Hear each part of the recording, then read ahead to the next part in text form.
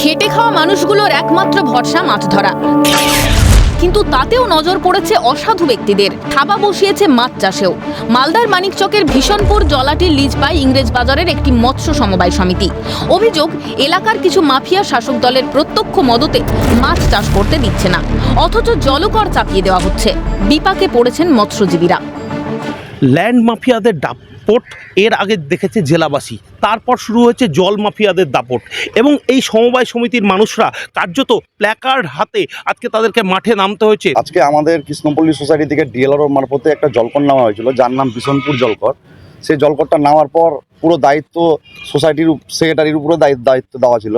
তিনি 2 বছর পর থেকে ওখানকার কিছু দুষ্কৃতী ওটা কবজা করে নেয়। রেন্টের টাকা তো কেউ দিচ্ছে না, কিন্তু আমাদের ঘাড়ে ওটা পড়ে আছে, যেহেতু আমরা ব্ল্যাক লিস্ট হয়ে গেলাম। বলছি এখন তাহলে মাছ ওখানে ধরছে কারা? ওখানে ধরছে ওখানকার যারা লোকাল দুষ্কৃতী আছে, তার মধ্যে মেন লিডার হচ্ছে রফিকুল শেখ। এখন আপনারা ওখানে গেলে কি পরিস্থিতি হতো? আমরা তো ওখানে গেলে আমাদেরকে জানে মেরে ফেলে দেবে, ওখানকার এলাকাবাসীও ভালো করে জানে। বিভিন্ন মহলে দরবার করেছেন মৎস্যজীবীরা। থানায় গিয়েছেন জেলা নেতৃত্ব থেকে শুরু করে জেলা পরিষদের মৎস্য কর্মাধ্যক্ষের দ্বারস্থ হয়েছেন।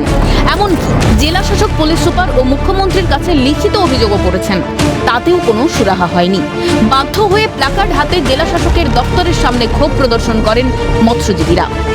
কোনোভাবে এখন দিতে পারবো না, যতটা ঋণগ্রস্ত হয়ে আছে।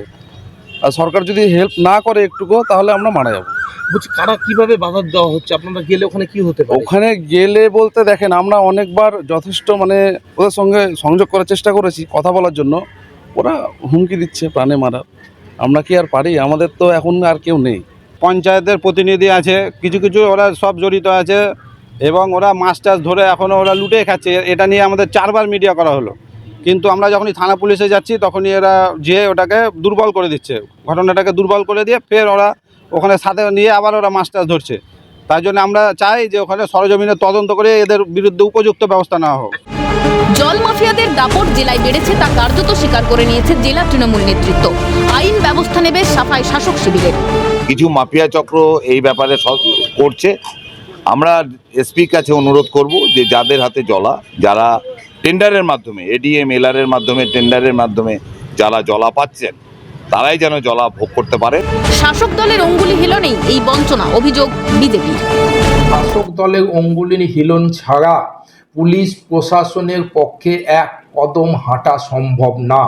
যারা ওখানে জোর জবরদস্তি দখলের প্রয়াস করছে, আমি দাবি নিয়ে বলতে পারি যে তারা শাসক দলের ছত্র ছায়ায় আছে। তারা সুরাহা চায়, কিন্তু এখনও তাদের কোনো সুরাহা হচ্ছে না। এখন সরকার কোনোদিনই ব্যবস্থা নেয় সেটাই দেখার। মালদা থেকে সমক লাহিড়ী, ক্যালকাটা নিউজ।